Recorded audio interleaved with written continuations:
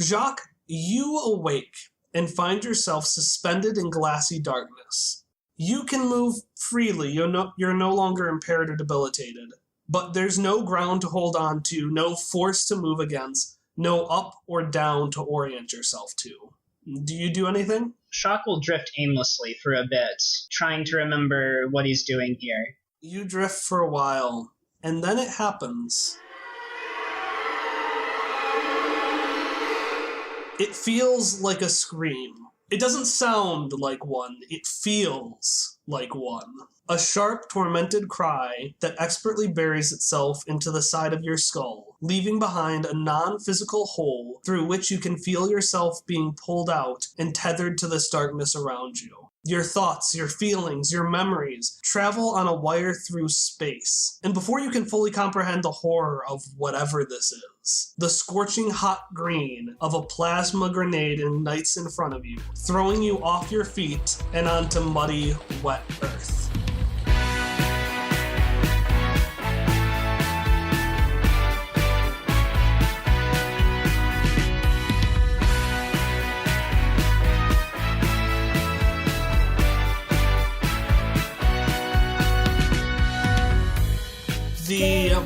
So the cover wagon tremors to life as it is suddenly jolted back downwards towards the ramp, and you see 6 of these Gendarme soldiers race towards you and shoot out their harpoons in order to catch up.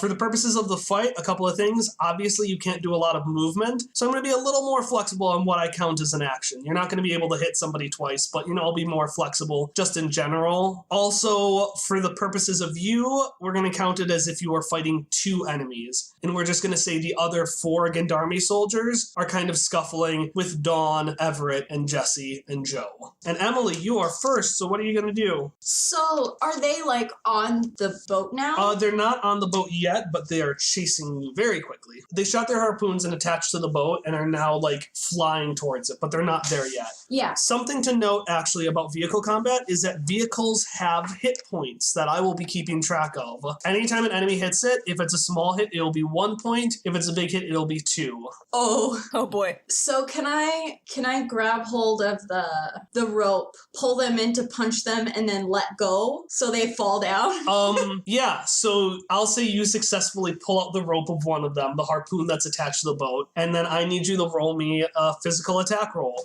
a might roll. It might work. No. 9. You go to punch this dude, and he just flies past you, and now you've got a Gendarme soldier in the boat. Congratulations! He was coming close anyway! And we're gonna move over to Misha's turn. So to us, Jacques is still just laying unconscious, right? Jacques is still just laying unconscious. He's not responding. He's not doing anything. He looks almost dead. In fact, actually, he looks alarmingly still. So Misha is kind of overwhelmed with this, I guess, sensations that they just haven't had before, and they are just freaking out, for a better term of the world. So they are just going to keep playing the song that they were still playing louder, while try to telepathically communicate with Shock, screaming, "Shock, please, I remember you saying this song gave you strength. I am willing for it to give you strength. This is a magical instrument. This will give you strength." Give me a roll. 20. So what are you gonna do about that? Nothing happens. Nothing happens even with a 20? Nothing. You have all the skill and all the luck in the world, and nothing happens. Oh god. Please, Shock, please. Kid, just watch him. It's not working. But Elee, it has to work. It has to. Is this what die is? No. Die is when you don't come back. Well, I will make sure he comes back then. Then protect him from the soldiers. I agree, protection would be a very excellent thing to do right now. Hop, it's your turn. And as your turn starts, you see that soldier plant his feet on the inside of the, covered wagon part, and Mauve turns over and says, "Oh, shit. Honey, can you do something about that?" I still have her rapier, right? That, electric rapier? Yes, you do. Alright, I'm gonna fire it up and be like, this thing is really cool, by the way. Can I still use it? She's gonna look at you and smile and say, "Darling, I got one better." And she reaches down and she grabs her cane. And she hands it over to you. Ooh. Just turn it to pick whatever setting you want. What are the settings? So you don't know exactly what they are, but this is a cane that's a light melee weapon with a medium-powered projectile. There are 4 colors, but I will not tell you what they do. There's icy blue, yellow, red, and purple. And you've just got to twist the handle to whatever color you want. Sounds like a game of Simon Says. Okay. Can I, like, turn around in the seat then, and then look through the flap, and then, like, sniper rifle it at the gendarme soldier? Okay, and which setting do you set it to? I would like to try yellow. You switch it to yellow, and you hear a jolt as a yellow line of light slides down from the top of this T-handle into the rest of the cane. And give me a roll to shoot at this dude. I'm gonna give you a roll to shoot at this dude. Do you put any effort in? I'm gonna put effort in to hit. 12. You go and you see what looks like a rope of electricity shoot out of the end of your cane and wrap itself around this guy who gets shocked with electricity and will be unable to move his next turn. Woo! And as you do that, the yellow color on the side fades out, and it looks like you won't be able to use that one again. Okay. All right, give me a second. Where the fuck? What the fuck?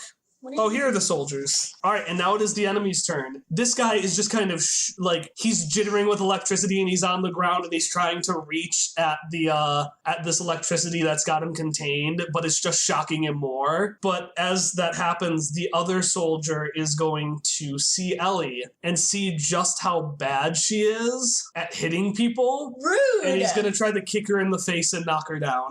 That is so rude. Roll me speed defense. He is making a mistake. He is drawing inferences from a small sample size. 2!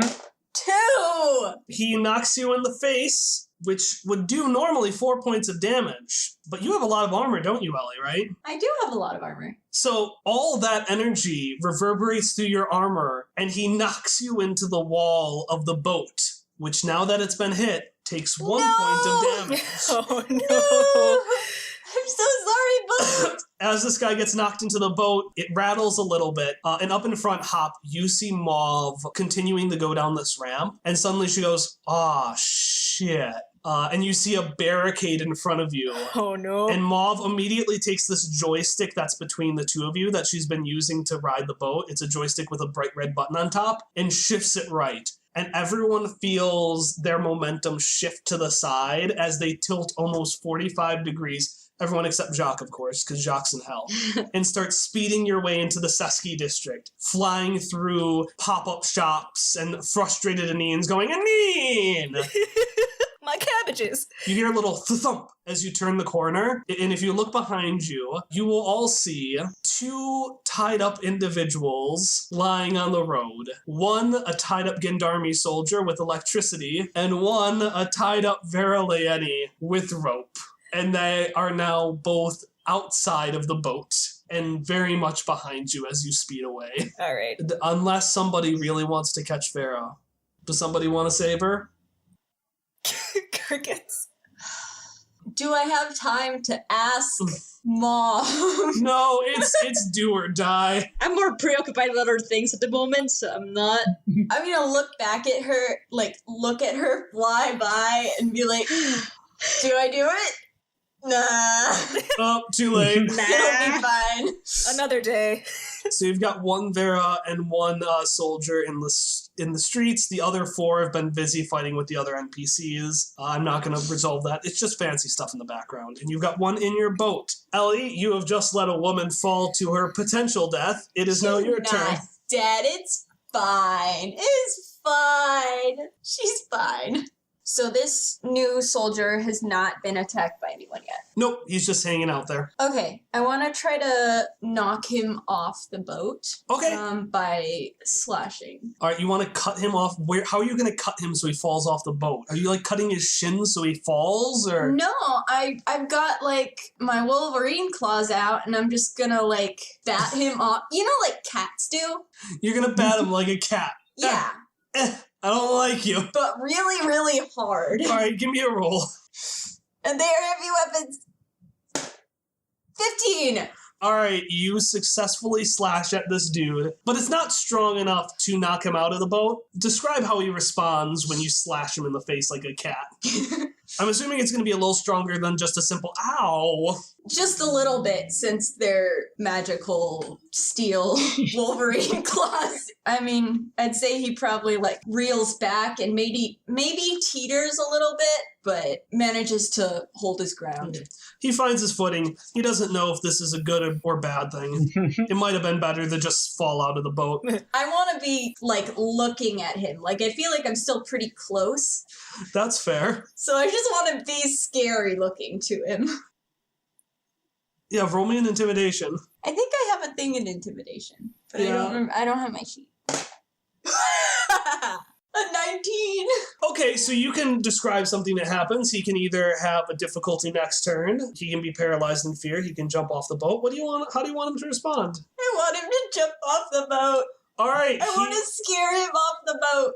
He very gently jumps into the water beneath the boat and then uses that to propel himself off. I want to wave. He waves back for a second before realizing that he works for the only person in the city scarier than you.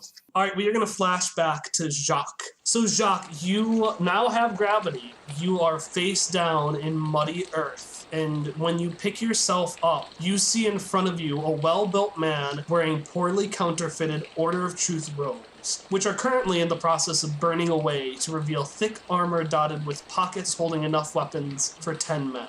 Do you have any, not physical, do you have any emotional responses? Shock has difficulty breathing as the memories come back to him, and as he recognizes who these people are. He tries to stand up and get away from them if they aren't already grabbing him. You stand up, and you're right, it is people. It was just one. But as Jacques says, these people, and the word they enters his mind, you hear a scream as a bony woman with thick ooze emanating from her teeth, wearing tubes that crisscross over her arms as external artificial arteries, picks up a shovel and clocks you in the face. And as it indents on the side of your face, you hear a crack of thunder and rain starts to pour down from a black, empty sky. What do you do in response? Shock tries to crawl away and raises his hand to fire off an onslaught. We, as the audience, hear a crack and a scream as we switch over to Misha's turn. Okay, so Misha is going to look at all the commotion that's happening, and then look back at Sok, and then look back at the commotion, like, back and forth. And then they're going to look at Sok and be like, I think I need to protect you doing this. I will be back. And so they are going to grab their bat, and then... So can you give me the layout of who is where? Yeah, so you've got you've got one soldier who willingly jumped, one soldier who's currently in the middle of like untangling himself, and I'm gonna say, because there are 4 soldiers fighting the NPCs, and I'm going to say we're doing so well, I'm gonna give one of those soldiers to you. So there's currently a 3rd soldier who the NPCs have been fighting but having a really tough time with. They're currently on top of the boat and trying to dig their sword into the boat from the top, like they're standing on top of the canopy. Okay, Misha is going to look at that soldier, and they're kind of still not be thinking completely straight, like they just are going to look at the bat, going to look at the soldier, going to be thinking about Sok, and like all of these things just merging, and so they're going to look at the soldier and be like, stay away from us, and then is going to grab the bat and I'm going to approach the soldier and try to clock him in the head with the bat of nails. Are you going to get on top of the canopy too, or are you going to like look up from the little hole they're digging in the top of the canopy? I want to get into the top of the canopy as well. Okay, I'm going to say you can climb onto the top of the canopy and you see them and they look at you and you take a swing. Give me a roll. I got a 20 again. Oh. I couldn't hear you because you were looking away. What did you roll? I said I got a 20 again. Wow. Do we want a major effect? Or do we want to do 4 more points of damage? Which, on top of your current damage, would be a total of 10. Can I, like, break the wherever the soldier is standing so that they... Well...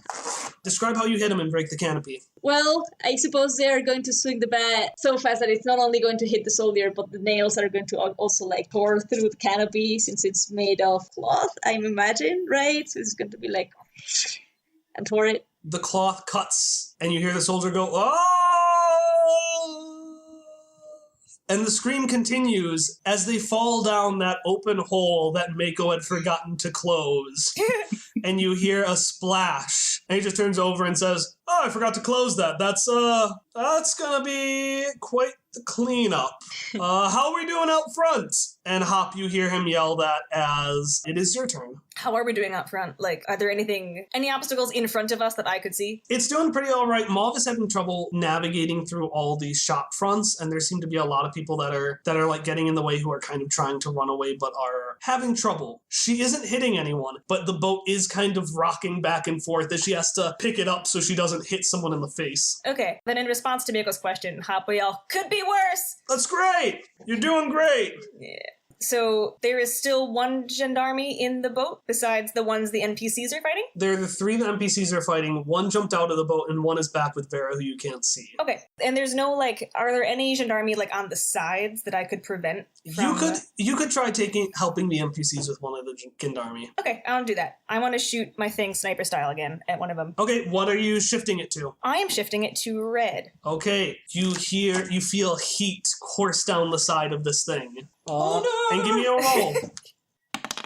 17. All right, that does 4 points of damage plus an extra point of damage. The element is fire. How do you use fire to defeat this man? This is this is close quarters, right? In the back of the wagon. Yeah. Instead of risking hitting anyone or the sides of the wagon, can I aim it to just behind him where it would singe the back of his or her neck or something enough to make a flight or fight response where it's oh my god, fire, and then yeah. I want to do that. You hear, "Oh my god, fire!" as they let go and they fall off over the side of the anthill. Yay. And they're able to hook on and you can see that they lived, but they're going to be so far away that they can't catch up with you. And you hear a voice in the back of the boat say, "Thank you! I could have handled it.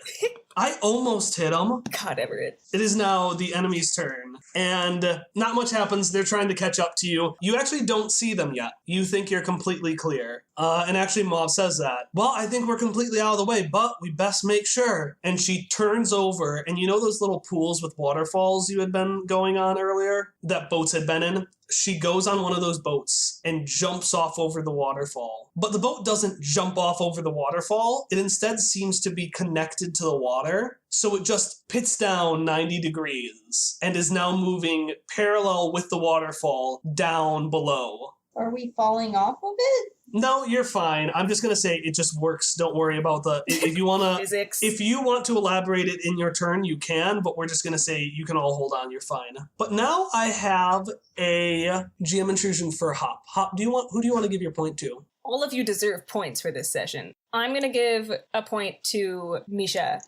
for their sweet kazoo playing. Aww. So as you start going down, you start feeling a rain of pebbles down on top of you. And at first you just think it's because you've shifted direction, but then you hear this large scraping of the earth being ripped out above you. And Mako turns up and he's like, "Well, that seems about right." And we as the audience are going to flash back for a second. We're going to flash back and look on Vera lying on the ground. But specifically, we're going to zoom closer and closer, finally resting at the clock on the back of her hand. For a few moments, many actually, nothing happens. But eventually the hand quickly jolts up, accompanied by a sharp intake of breath. The hand continues to vibrate as Vera levels her breathing and remembers everything that happened. And it's in these vibrations that we see the hands of the clock start to move. One could at first attribute these movements to the movements of the entire hand, but the rotation is so smooth, so methodical, it's quickly clear that the source of the rotation can be nothing but the grooves of the tattooed clock itself. And as these grooves reach midnight, the entire clock rotates and buries itself into the host's hand, which segments into dozens of pieces. Inside, we see mechanical components twist and turn and fold over one another as the hand bubbles and grows, doubling, tripling, quadrupling in size until it becomes one giant metal fist. And almost as soon as we see that fist in full, and we hear Vera's breathing grow coarser and harsher and less controlled and rationate, the fist plunges itself into the ground and propels its host forward and out of sight. And flashing back to where the rest of you are, you see 3 individuals. You see the 2 soldiers grappling onto the wall and swinging down. and you see Vera Leani, her eyes wide and wild, basically falling down the side of this waterfall with one giant fist digging in and scraping down the wall and slowing her descent.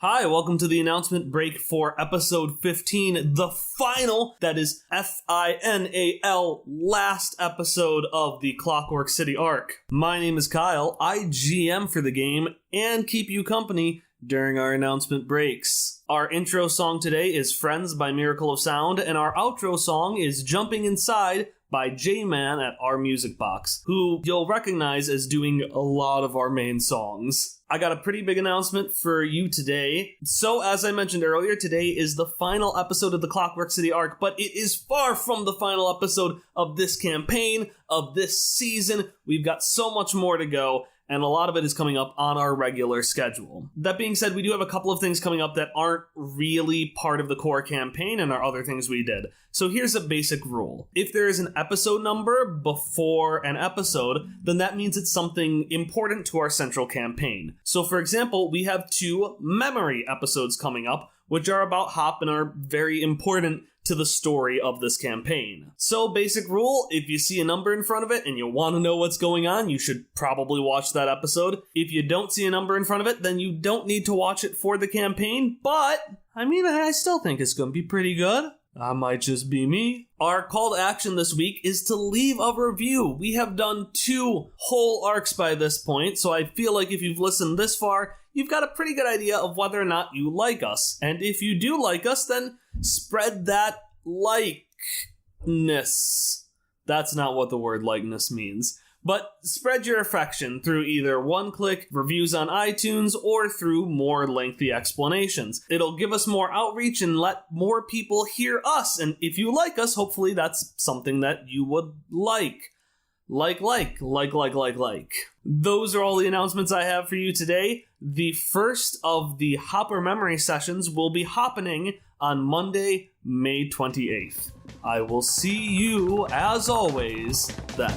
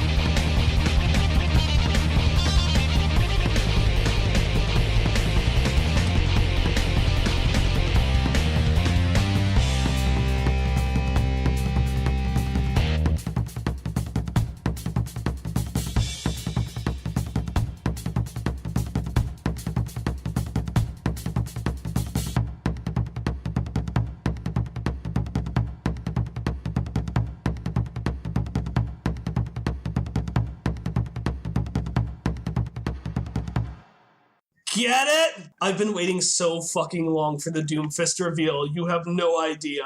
Kyle builds up an entire arc, uses it on an Overwatch joke. Doomfist? There's a character named Doomfist whose philosophy is literally the Jagged Dreams philosophy. So you built a campaign around this joke? He has a giant metal fist. He has a Doomfist that he uses to smash. So I gave Vera a giant metal fist that she uses to smash. Amazing. All right, Elee, it is your turn. You have 2 soldiers and a very Leani above you. And Elee, you hear Mako yell, "Yes, someone should do something about that. She is not in her right mind. Negotiation is not a possibility." Thank you, Mako, for giving me that information that I could not gather on my own. He lifts up his fist and like one of the forks pops up as a thumbs up. And then he puts his hand back down and continues working on Jock. So how far away is Vera? She's probably a short distance above you. Like that I could get to her? She is outside of the wagon, so unless you want to jump out the wagon and hit her. Okay. She's like superhero sliding down a waterfall after you. Yeah, I'm trying to think because I don't have any ranged weapons. And the Gendarme are also not. Yeah, they're also swinging. They're not on you yet. Do we have another soldier still in the boat? Yeah, you could probably help out the folks. Well, I was just wondering if I could flash back to our time where we were just throwing everyone. Flashback. Yes. A simpler time indeed. Do it. I want to try to grab one of the soldiers by, like, the belt and the collar, lifting him up, or her, or whatever, over my head and, like, chucking them Seismic toss. at one of the other Gendarmes. Okay, you pick one of them up. Give me a roll to see if that throw works. Could I spend an experience point to get their ropes tangled up, or does that... I would do that if you successfully roll. Okay. Put up 18! Oh. Yeah, boy. So you grab that soldier and you throw them up. Who are you throwing them at? One of the other soldiers. I feel like it's not going to help with Vera. She's doing Okay.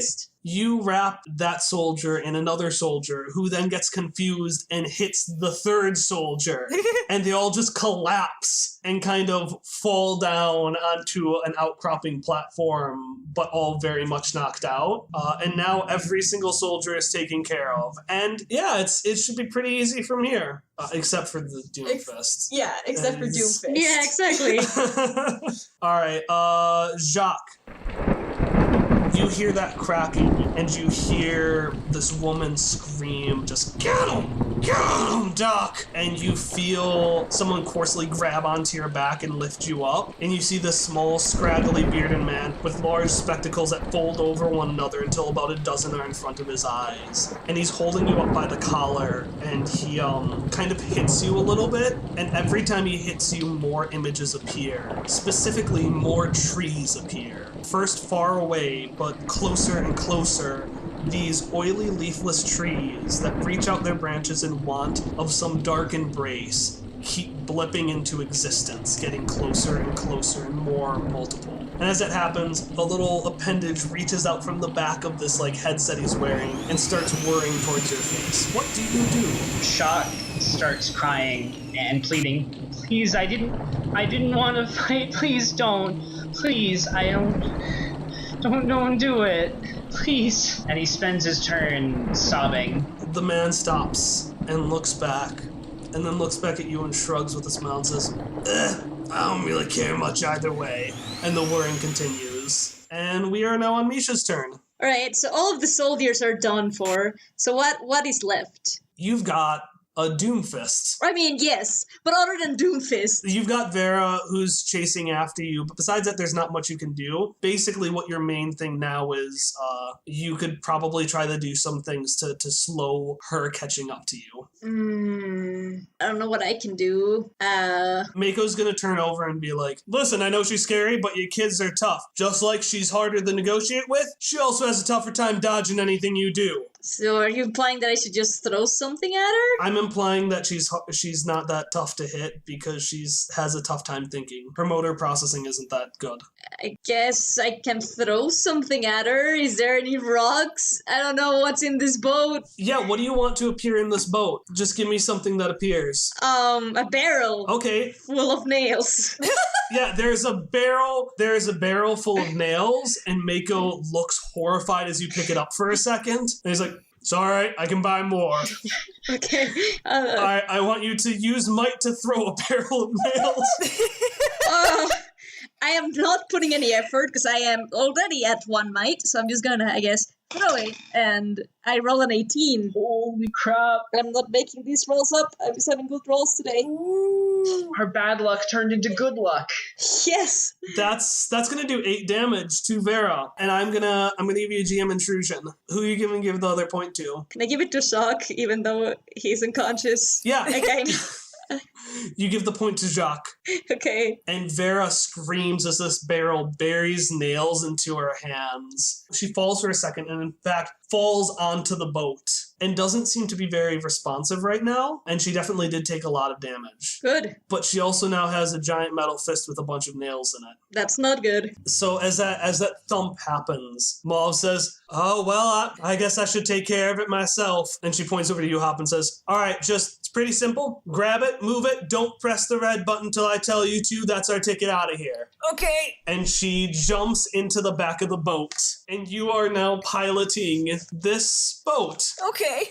That's fine. Basic rules for vehicles. You use speed to drive the vehicle unless otherwise specified. There are certain actions that are going to be harder or easier. For example, this boat has bad handling, so tricky maneuvers are going to be tough, but it's very good at speed. So anything you do relating to speed will be easier. You now have a boat, so you'll automatically move forward, but you'll be able to make a boat action and a hop action, because the boat will be a movement. Okay. She's taking her thing, right? Because I'm going to hand her back her cane as she goes back. No, that's fine, darling. And she picks up the rapier. She's like, this is all I need. And you fly down, and as you go down, you're now at the moat at the bottom of the anthill. Okay. And the boat, as you hit the bottom, pitches back upward and shoots you towards the main city of Charmonde. You know, like the main Venice-style city. Yeah. But the issue is you're going so fast that you see a small, adorable building right in front of you. Is it the Penny Brothers? Actually, yeah, no, you see a tent right in front of you. I just thought it was them. Ellie, no! I fucked it up. I'm sorry. I thought it was them. Now it is! What do you do? What was it before? It was just going to be a building, but now it's the tent. Okay. Well, you said an adorable building, so I assumed it was something we had seen and liked. Well, now it is. How do you respond? Yeah, great. Good. Well, I'd like to avoid it if possible. So is that just like a dodge roll? Yeah, you can do a dodge roll.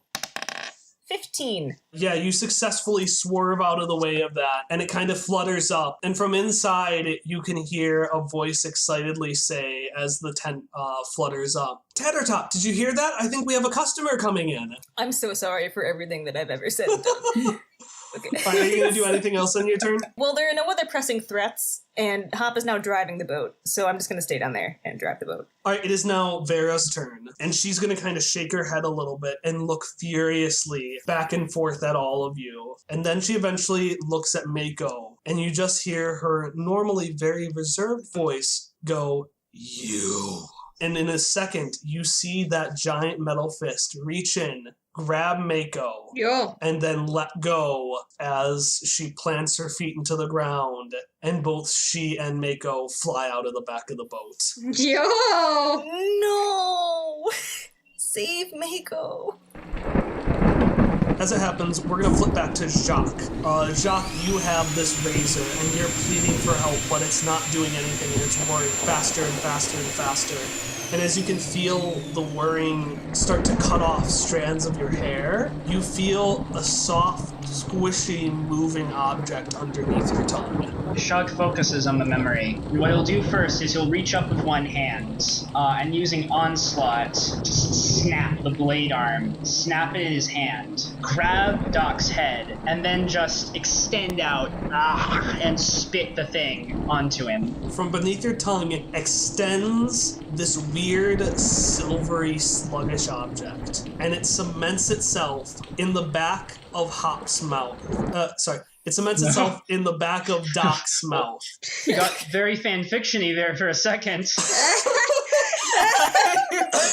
Very convenient. Oh, this is what Jacques thinks about all the time. I heard Jesse's voice there for a second. I think we know what happened. Hey guys, no, I don't want to spoil, okay? I don't want to spoil. I'll let you know when I'm ready, okay? Everett says it's going to take a little bit more effort, but he says it's getting better. Anyways, it gets in the back of Doc's mouth. You feel his every emotion. You hear what he thinks, and you just hear, well, this isn't what I thought was going to happen. Do you do anything else? Shock will just start thinking, die, die, die, die, die. And he does. And I don't need to, as the GM, say what happens, because Jacques knows what happens. And as the silvery object retracts back into your mouth, and he falls to the ground, everything is clear. You see the burning wagon, you see the three bodies around you, the trees, the mud, the rain. And then, with a flash of a green plasma grenade, it starts all over again.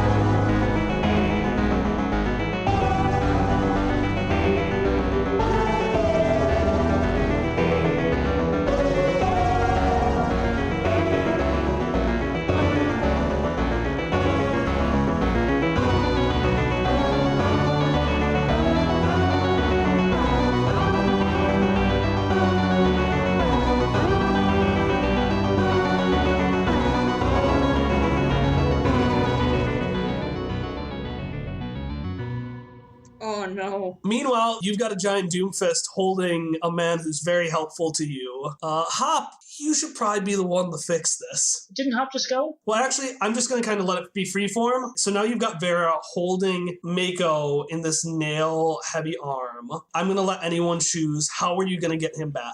Can I turn the boat around? You absolutely can. Give me a roll for handling. If you do not stop fighting, I am going to turn this boat around.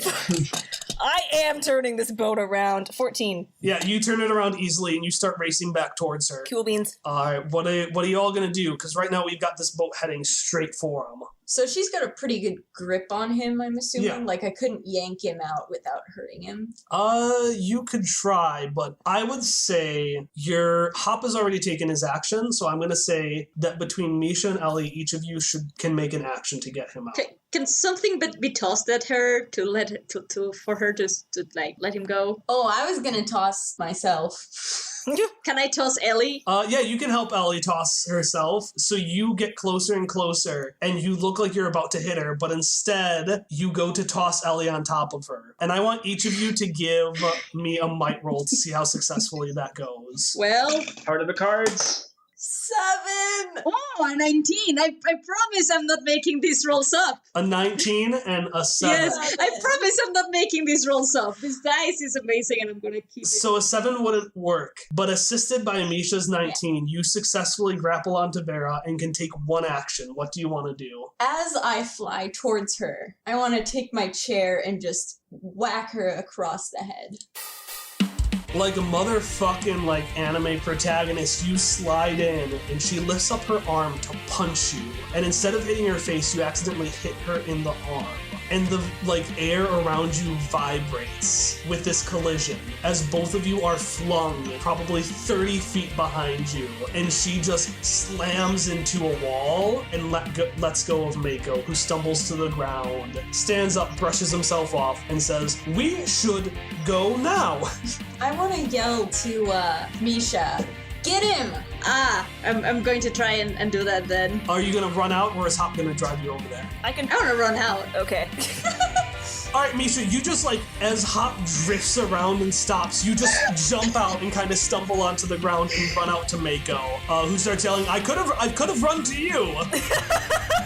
Elee advised me to go get you, so that is what I am doing. And as you all get together, you hear Mauve say, "Come on, kiddos, you gotta be going faster." And she goes back to the front of the boat and just reaches over you and grabs the cane. And she shifts it over to Purple. And she just kind of whips the cane around as she presses in the button. And a gust of wind flies around the boat, whipping onto Elee, Mako, and Misha. And basically propelling you like a tornado back onto the back of the boat. I want to say, "Don't call me kid." Point taken. All right, Mr. Scotch, if you will. What does she want me to do? Just punch it in overdrive? You're driving the boat. Drive the boat. I know, but okay. I was just thinking, I'll tip my hat a little bit and then do the boat. In response to, I hear you. The boat starts moving back towards the front of the city, towards that top area where you met the tourism boat. And as that happens, everyone else is in the back of the boat, and Jacques is still. And it's not still where he was earlier, where he wasn't moving. He seems to be locked in place. Well, I won't lie, this is bad. We should. Misha's going to interrupt and be like, "Fix him." He tries to say something, but fails, and just comes over. He's like, "All right, I'm going to need your help." He points to Misha. "You, grab that." And he points to a pillow on the side of the wall. Misha's going to immediately grab it. And then he turns over to Elee and says, "You, start punching him." Punching him? Start punching him.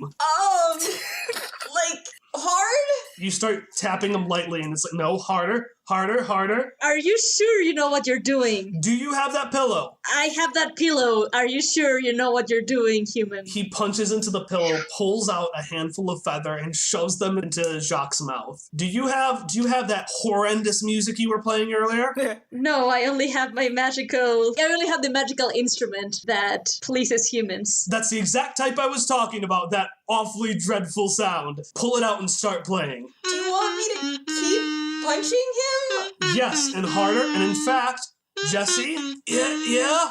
I know you have a lot of suppressed rage in there. Get that going.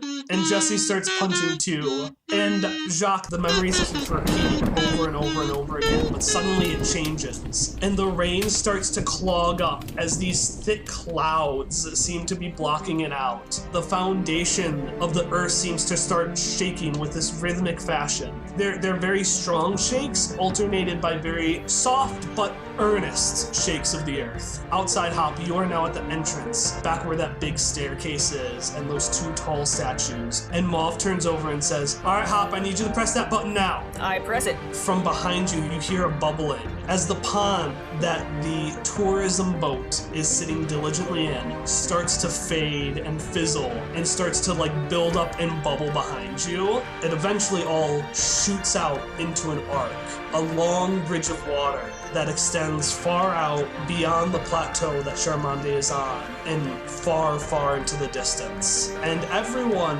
including Jacques, feels a large jolt as this boat barrels off over this impromptu water rainbow. And for Jacques, the punching, the lack of rain, the movement, it all shatters and shakes, and details start blinking out of existence. First Doc, then the woman, then the wagon, then the trees, and then your own ability to comprehend what's going on. Oh no. And everything goes black.